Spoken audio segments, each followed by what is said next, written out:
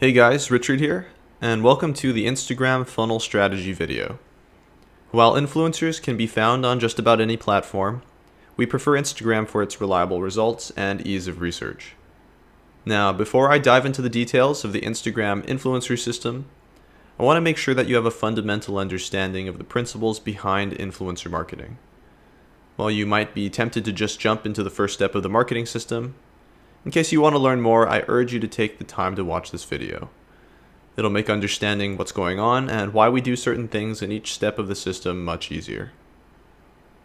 I'll start the video off by talking about who influencers really are and what influencer marketing is. You'll learn more about some platforms that you may find influencers on, as well as how you can utilize influencers. Next, I'll go over some of the most common pros and cons of influencer marketing. This will give you an idea of the potential influencer marketing has, while also letting you know what sorts of pitfalls you should look out for along the way. Finally, I'll talk about the customer journey when it comes to Instagram promotions. This will help you get an idea of how traffic from Instagram promotions behaves, and what you should focus on in this type of funnel. So without further ado, let's get to it. Simply put, influencer marketing is a type of social media marketing in which the advertiser reaches out to influencers and asks them to endorse a product. Influencers is just a way to describe people who hold influence over a particular audience, who are usually then referred to as their followers. In addition to having followers, they tend to have influence over their audience's purchasing decisions. They also tend to be heavily involved in a specific niche, promoting content that people within that niche find interesting, and thus turning them into followers.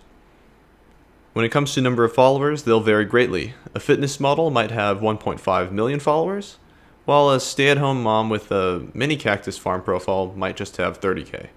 You get the idea. At this point, you may be wondering, but how is it that influencers actually work so well? And where do I come into play as the marketer? Well, basically, it all comes down to trust.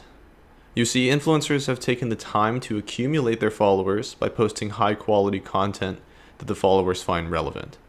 If they consistently deliver relevant content, people begin to see them as something like an authority in their field. So much so that when the influencer posts a picture of their favorite brand of protein, for example, the followers will go out and buy that product on their recommendation. And that's basically where you come in. What you're doing as a marketer is essentially borrowing the influencer's influence over other people in hopes of generating sales for your store or product.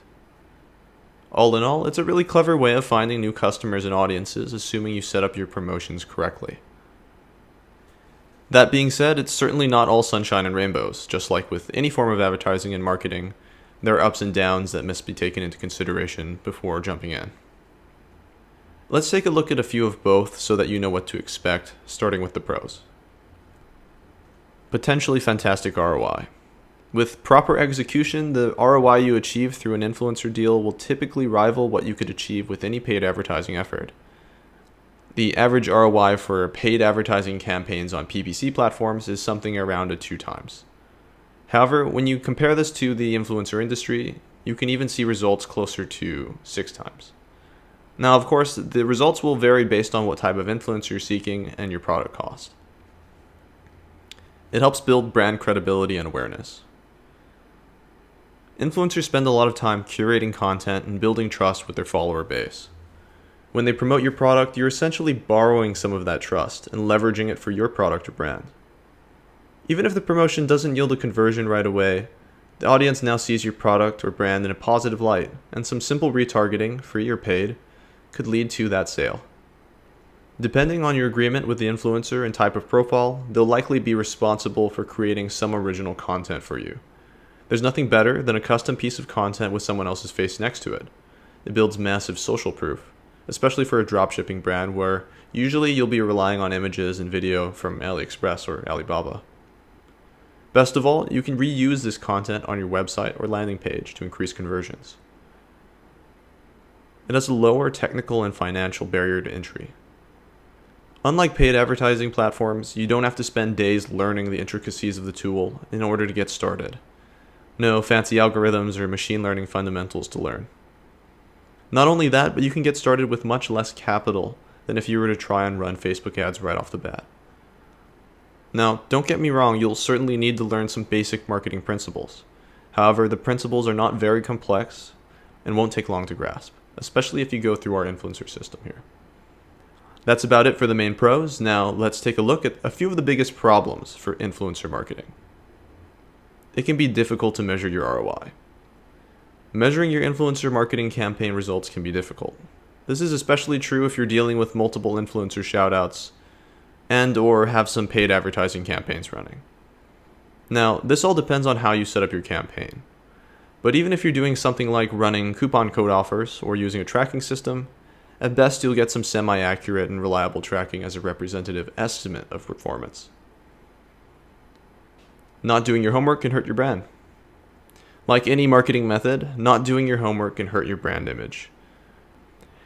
You need to make sure that the profile you end up advertising with is reputable and won't result in low quality traffic or spam on your business Instagram profile. It can be difficult to execute with dropshipping. Depending on the type of influencer you work with, you may find it difficult or impossible to convince them to work with a dropshipping brand. In order to maintain the trust and respect of their audience, influencers have to be careful in regards to what they actually promote. Long shipping times and sometimes questionable item quality are big no-nos, and something that many influencers will be on the lookout for. There are certainly ways to help mitigate this though, which we'll discuss further into this module. It's potentially more difficult to scale. Depending on what you're advertising, as well as what your niche is, it's more than likely that you won't be able to scale as quickly as you would with paid advertising platforms. Even if you start scheduling hundreds of promotions, you're unlikely to have as wide of a reach as worldwide targeted Facebook campaigns. All in all, Instagram marketing is a very powerful tool with cons that can be greatly mitigated if used the right approach. It's versatile in that it works with a variety of budgets and influencer types. Even if you prefer using paid advertising methods, you'll find that the initial influencer traffic you generated can be a very potent seed for a lookalike audience. In addition to these pros and cons, one more thing you need to take into account is the customer journey, which is quite different from that of paid advertising methods. By having an understanding of what steps are involved, you can better set up your offers and landing pages to ensure that the content is in line with where the customer is in their journey. If you've dropshipped in the past with Facebook ads, your customer journey probably looked something like this. Contact point 1, they view the ad on Facebook. Point 2, they click on the ad, end up on the product page.